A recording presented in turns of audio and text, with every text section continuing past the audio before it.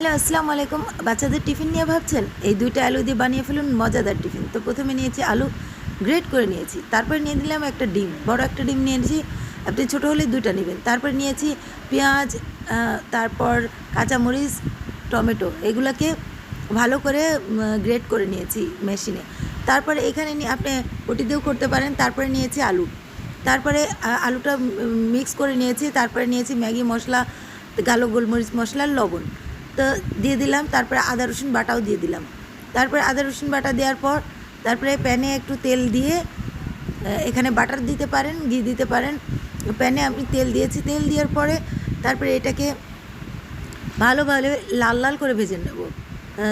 আলু সেদ্ধ হওয়া পর্যন্ত আমি এটাকে ভালোভাবে এক পিঠ লাল করে নেব। তো উল্টে দিলাম। উল্টে দিয়ে দেখেন এই যে তারপরে এই এক পিঠ ভাজা ভাজা হয়ে গেছে। আমি দ্বিতীয় পিঠ ভাজা ভাজা করব। তারপরে উপরে দিলাম চিকেন, আমি সেদ্ধ করে রাখা চিকেন দিয়ে দিলাম। তারপরে এখানে নিয়েছি একটা বড় পাউরুটি। তারপরে পাউরুটি দিয়ে আমি ভালো করে, এই যে দেখেন এটা সেদ্ধ হয়ে গিয়েছে, আমি পাউরুটির উপরে দিয়ে দিয়েছি। এটা সুন্দরভাবে একদম গোল হয়েছে। তারপরে এই পাউরুটি সমান সমানই হয়েছে। তারপরে এটাকে ভালোভাবে এইভাবে কেটে সাজিয়ে পরিবেশন করুন। তো কেমন লাগলো আমার এই সহজ টিফিন রেসিপি? ঝটপট বানিয়ে নিতে পারেন বাচ্চারা মুগ্ধ হবেই। তো কেমন লাগলো আমার এই রেসিপি? লাইক দিবেন।